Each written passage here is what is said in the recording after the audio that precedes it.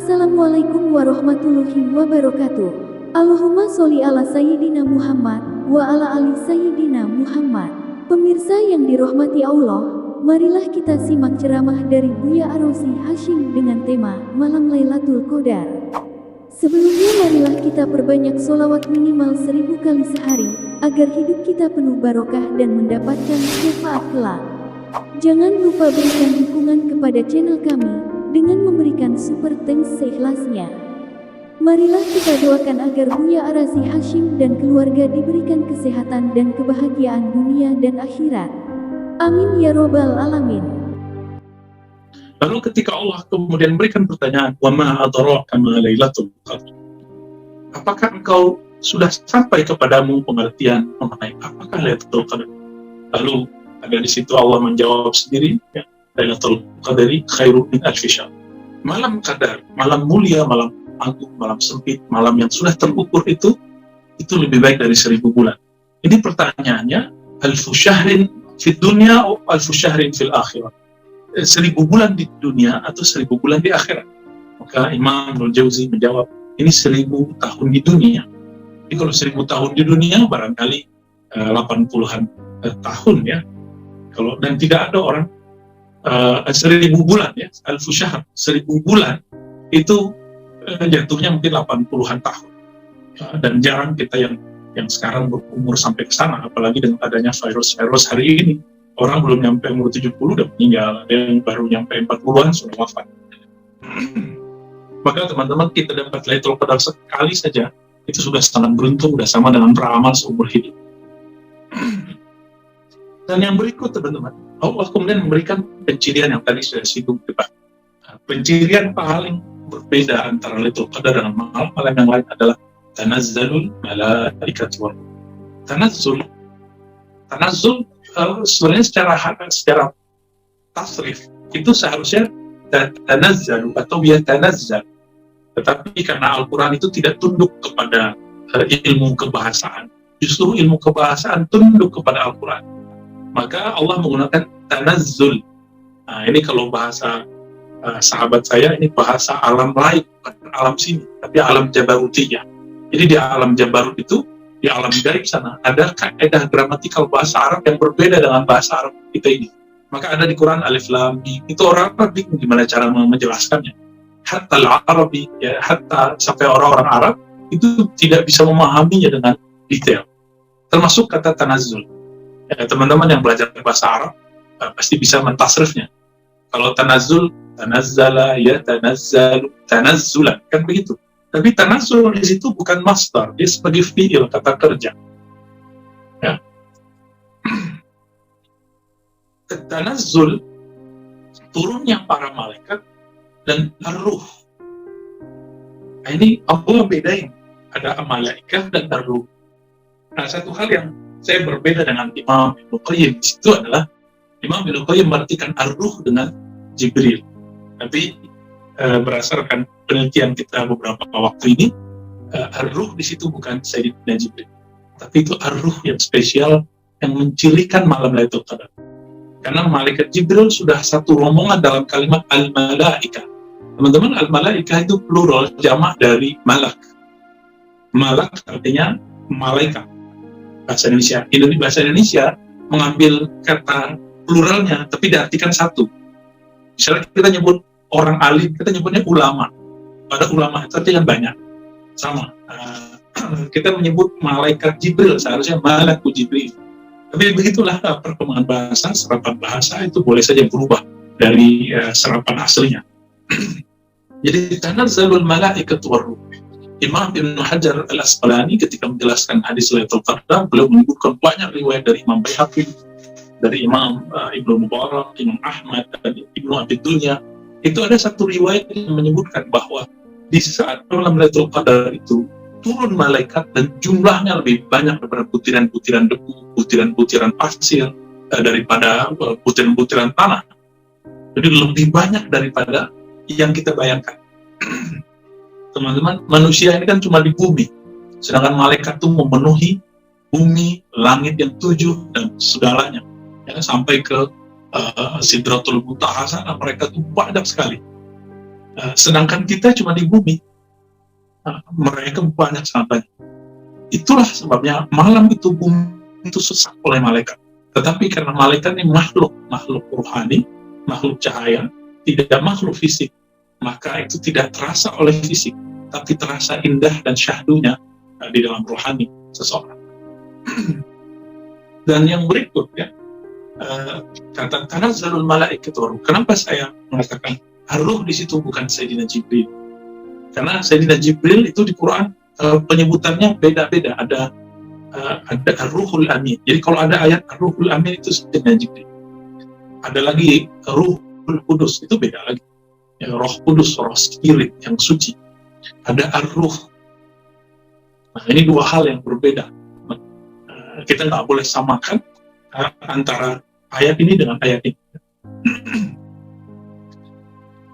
Waktu turunnya malaikat itu dimulai, jadi al-malaikah turunnya semenjak maghrib. Jadi bagi ahli kolbu, ahli ruhani, mereka bisa merasakan kesyahduan, keindahan itu mulai dari maghrib, itu sudah mulai sangat-sangat menyentuh, kira-kira begitu. Udaranya udah mulai sejuk, kayak disebutkan dalam hadis itu, udaranya la barida wala har, la baridata wala harata, nggak terlalu dingin, nggak terlalu panas. Terus apa? Darjah. Kalau diterjemahin barangkali terjemahannya sejuk, ya. Barangkali sejuk kalau diterjemahkan. Tapi saking sejuknya itu cocok sekali untuk tidur. Itu sebabnya di malam itu banyak yang kasihkan tidur dan susah bangun, sangat susah bangun. Maka teman-teman nanti malam dan malam 29 coba berbukanya sederhana aja, jangan banyak-banyak ya, jangan balas dendam. Siapa tahu kita ini ada yang saya tambahkan maknanya satu dari Ibnu Jauzi. Qadar itu satu akar makna dengan takdir.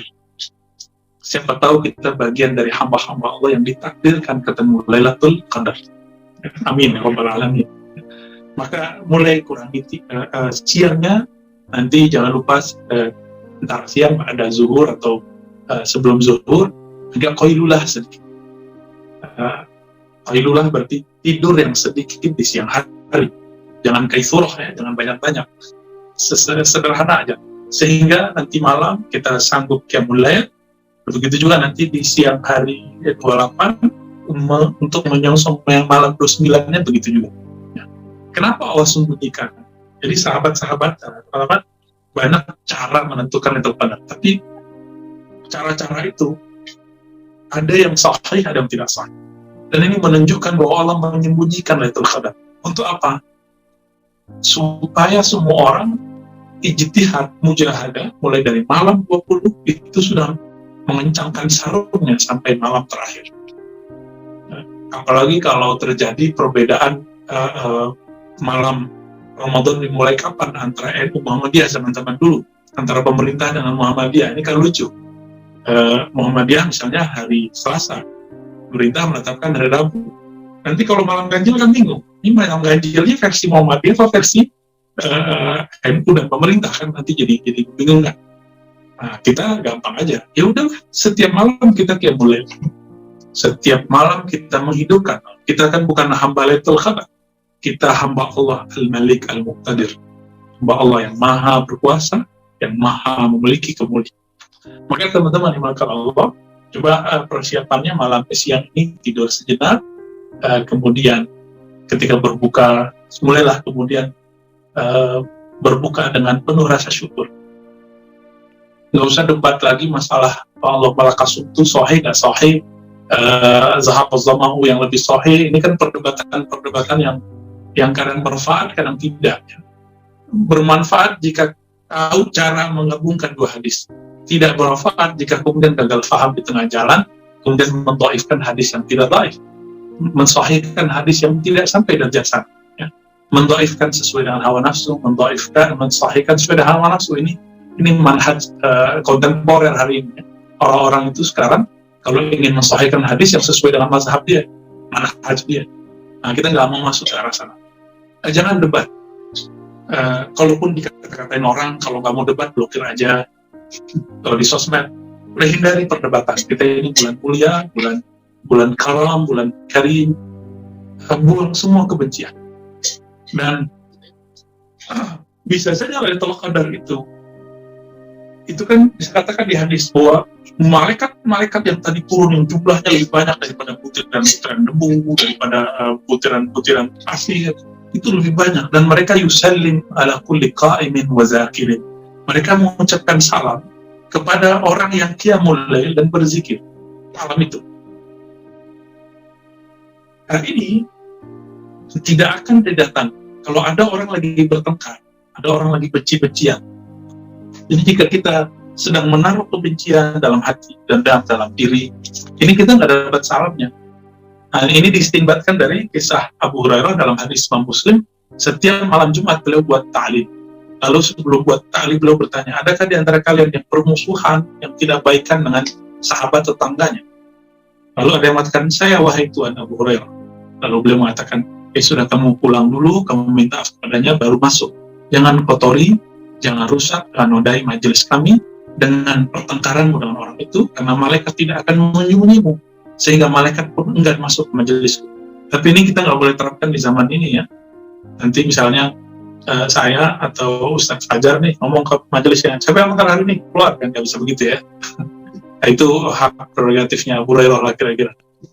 Tapi ini pelajaran besar bagi kita bahwa orang bertengkar, fi qalbihi syahna, di kalbunya ada pertengkaran dendam, itu tidak akan disalamin oleh malaikat. Dia mau salam, hatinya bergemuruh dengan narul ghadab, dengan api emosi, api kemarahan. Nah, teman-teman yang makan Allah, lalu apa yang kita lakukan? Nah, ini coba lihat cara menentukan Lailatul Qadar itu kan di kitab-kitab tuh banyak. Ya, ada Talibi, ada versi Imam Ghazali, ada versi Imam Syazili, ada Imam Ja'far, ada Imam Al-Buni, dan macam-macam. Itu kan ilmu hisab. Ilmu hisab ini ilmu yang mirip dengan kalau perempuan seorang istri hamil kemudian di USG, keluarlah tanggal perkiraan lahirnya. Apakah benar lahir di tanggal itu? Kan belum tentu. Biasanya dekat-dekat, maju 1 hari atau mundur 2 hari atau maju 2 hari. Biasanya begitu. Nggak jauh-jauh. Termasuk hisab menentukan Ramadan. Apakah Ramadan muncul hilalnya berdasarkan hisab itu? Tidak. Hisab itu tidak mempengaruhi. Dia cuma membaca gejala alam. Bisa jadi mundur beberapa jam atau setengah hari, bisa jadi maju. Nah, begitu juga ilmu. Jadi Imam Ghazali menyebutkan kalau jatuh di hari Selasa misalnya, maka Lailatul Qadarnya 27.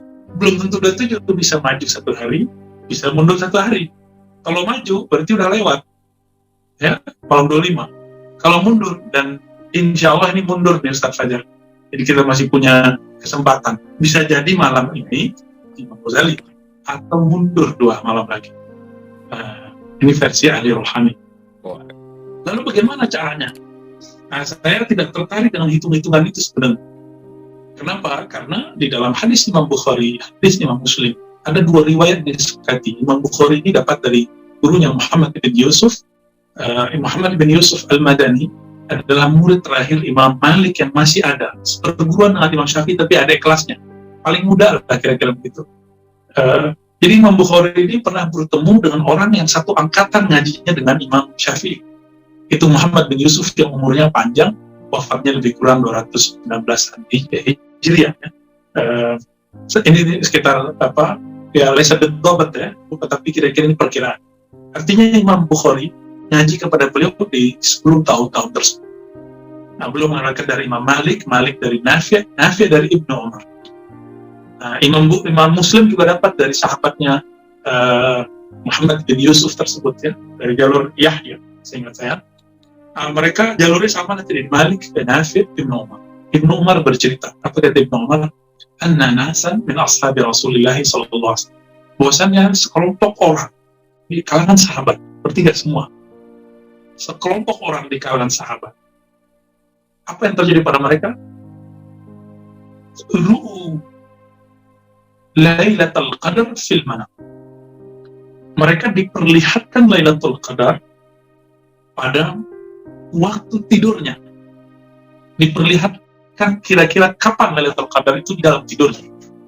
Ini kalau kita belajar ilmu epistemologi, tentu teman-teman belajar filsafat ilmu di kampus, cara mengetahui sesuatu ada yang secara empirik, gejala alam. Nah, sekarang ini banyak orang terjebak di gejala alam, melihat nanti mataharinya mendung atau tidak, ya, hujan apa enggak. Emang kalau nggak hujan nggak Lailatul Qadar.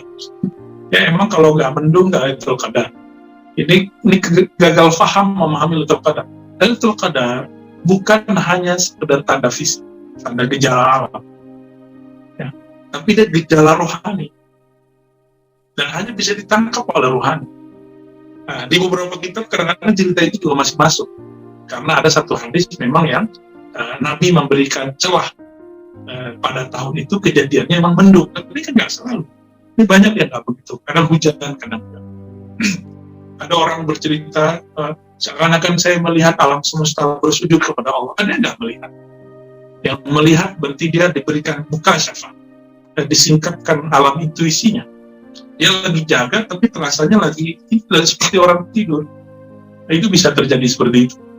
Nah, sahabat-sahabat Nabi ini sudah sampai pengetahuannya kepada tidak hanya empirik, tidak hanya rasional, hitung-hitungan, tidak hanya tajribah secara eksperimen fisik, tapi sudah masuk kepada tajribah dzauqiyah, eksperimen rohani.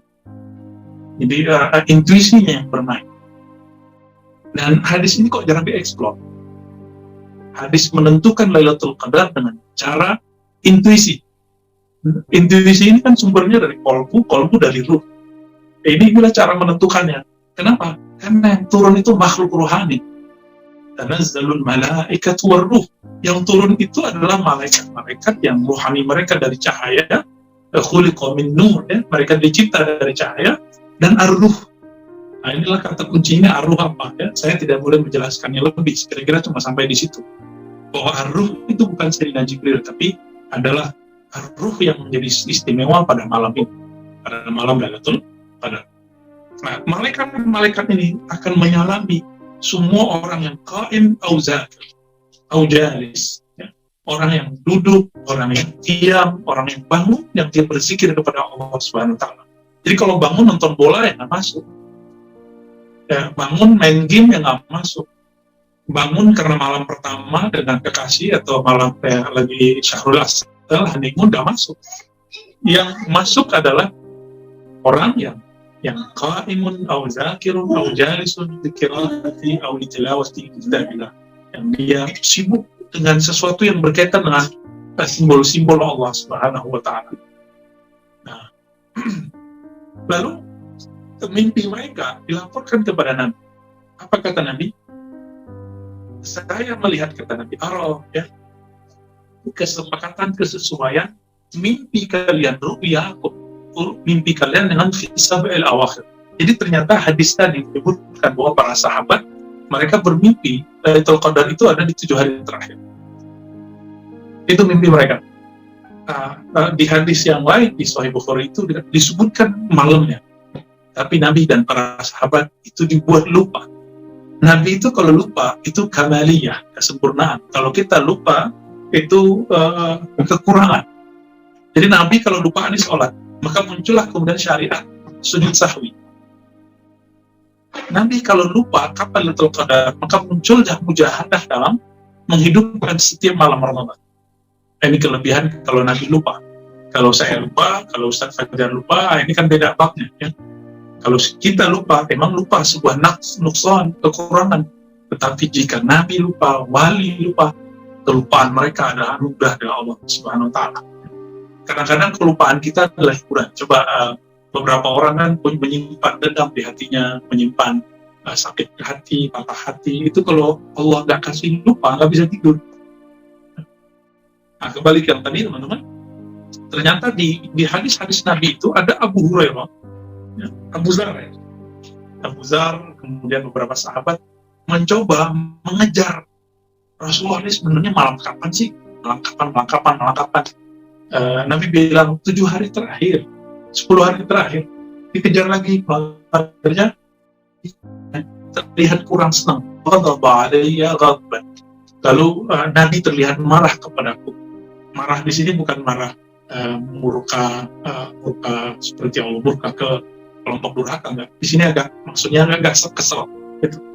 Jadi ada sahabat juga yang ngoyo-ngoyo seperti sebagian antum kan ada yang begitu. Ustaz sebenarnya tanggal berapa sih gitu ya. Artinya Abu Zar gaya baru lah ya bakal ada. Maka teman-teman yang bukan Allah, Lailatul Qadar, malam yang mana diturunkan saat itu makhluk-makhluk yang indah, makhluk yang sempurna, para malaikat dan ar-ruh yang sangat misterius, dan diturunkan setiap malam Lailatul Qadar. Begitu juga berikut dengan Sayyidina Jibril, Sayyidina Mikail, malaikat-malaikat itu turun dan mereka menyalami siapapun yang kamu lihat. Dan waktunya sangat sempit. Coba jangan sampai tertidur ya, kalau bisa mulainya mulai dari jam 10, 11, jam 12 maksimal paling telat sampai kemudian jam 2-an, jam 3, karena antara saat-saat itulah malam-malam puncak turun semua malaikat-malaikat tersebut. Barangkali kita ditakdirkan Allah yang disalami malaikat pada malam itu. Kalau sempat mulai maghribnya ya bersedekah, membuang semua kebencian dalam hati, salamatul sadar, kemudian mendoakan orang-orang yang mungkin barangkali menzolimi kita, menyakiti kita. Itulah cara untuk membuang rasa dendam. Doakan kebaikan bagi mereka. Nah, kita kan nggak ada yang terlepas dari kesalahan. Barangkali kita juga ada kesalahan. Barangkali kita punya dosa masa lalu yang tidak baik. Allah masih mempunyai khazanah maghfirah. Semoga di malam itu kita termasuk yang ghufira lahu, diampuni. Teman-teman, diampuni itu kayaknya bagi orang sudah terbiasa dengar hadisnya. Padahal ghufira lahu atau pada dzambi itu hadiah besar. Itu hadiah yang hanya diberi kepada kekasih. Hanya kekasih Allah yang bisa mendapatkan ghufira lahu. Jadi man qama kemudian dapat ghufira lahu itu kekasih Allah. Teman-teman yang dimuliakan Allah, kira-kira itu sedikit yang dapat kita sarikan dari kalam Imam Ibnul Jauzi dan juga beberapa tambahan dari keilmuan kerohanian dalam Islam mengenai indahnya Lailatul Qadar, indahnya malam turunnya malaikat-malaikat yang sangat indah, ruh yang sangat sempurna. Demikian Ustaz Fajar, saya kembalikan kepada Ustaz. Apa kata ulama kita?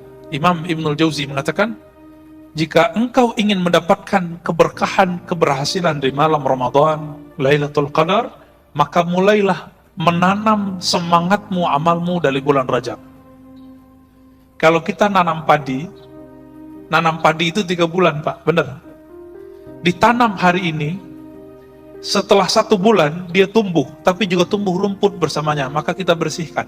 Kata Imam Ibnul Jauzi, maka ulama salafus saleh dulu, di bulan Rajab mereka mulai qiyamul lail, dicoba 11 rakaat, 20 rakaat setiap malam. Kadang kuat, kadang tidak, kadang kuat, kadang tidak. Dimasuk bulan Sya'ban, capeknya hilang. Jadi kalau udah masuk bulan Sya'ban, capeknya hilang. Apa yang harus dibersihkan? Kekurang-kurangannya dihilangkan. Ini yang disebut, di bulan Sya'ban cukup merapikan apa yang sudah ditanam. Nanti di bulan Ramadan, cukup memetik hasil. Karena kami punya rumus, Pak. Coba lihat Nabi Yunus, berapa lama beliau di dalam perut ikan? 40 hari. Apa yang dia baca? La ilaha illa anta subhanaka inni kuntu minaz zalimin. Dan disebutkan di Quran, kalau bukanlah Zunnun, Nabi Yunus itu minal musabbihin, dari orang yang banyak zikir, tentu dia akan terkubur di sana sampai kiamat. Maka jika ingin kolbu ini tidak mati, tidak terkubur, coba amalkan zikir ini, Pak. La ilaha illa anta subhanaka inni kuntu minaz zalimin. Amalkan terus sampai nanti bulan Sya'ban. 40 hari coba. 10 hari pertama bulan Sya'ban ganti zikirnya. Terus setiap malam qiyamul lail.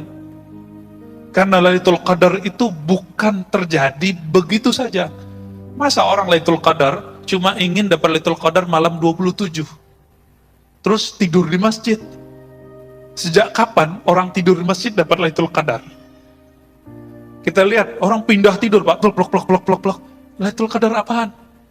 Nanti jam 2 bangun, Lailatul Qadarnya udah lewat, jam 12 udah lewat. Rata-rata rahasia-rahasia itu turunnya mulainya jam 12-an, tengah malam itu. Pas tengah malam itu, di situ banyak orang tertidur. Di saat tertidur itulah Allah lihat, Allah pandang kalbu yang masih hidup. Innallaha yanzuru ila qulubikum. Allah pandang kalbu yang hidup. Jadi coba Pak, latihan. Mulai malam ini, coba kalau bangunnya agak lebih awal, jam 3. Nanti sampai jam 4, rehat sebentar. Jadi 1 jam beramal. Itu dahsyat itu. Kalbunya akan luar biasa. Orang yang setiap hari jalan cepat, setengah jam, jantungnya sehat. Benar nggak?